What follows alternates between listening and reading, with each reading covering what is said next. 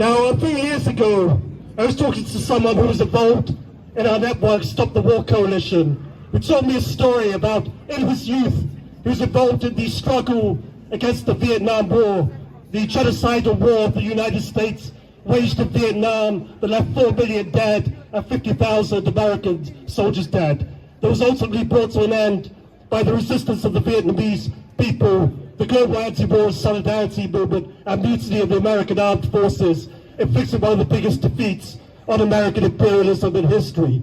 And he told me he was in a socialist youth group in London in 1968, and they sent a letter to the Viet Cong, to the National Liberation Front of Vietnam, saying, like in the Spanish Civil War, do you need us to form international brigades to come from Britain and volunteer to fight with you, to fight against the Americans?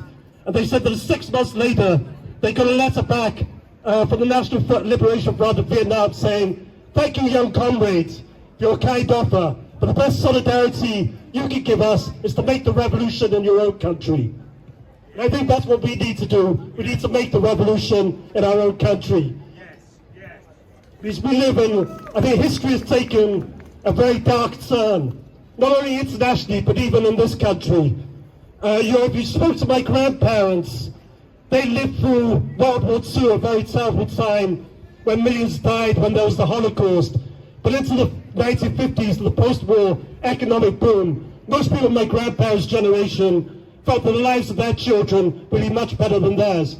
But I think if you talk to parents in our society today, generally they believe that the lives of their children is going to be harder and harsher than theirs. That the world that they're going to leave is going to be a much crueler and bleaker place. And I think that's a real problem, because we live in a country where so few have so much and so many have so little.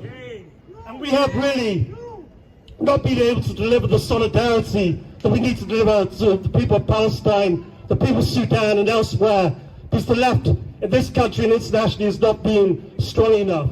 I remember in 2008, when we had the global economic crisis and the banks crashed, we raised a simple slogan: we won't pay for the crisis.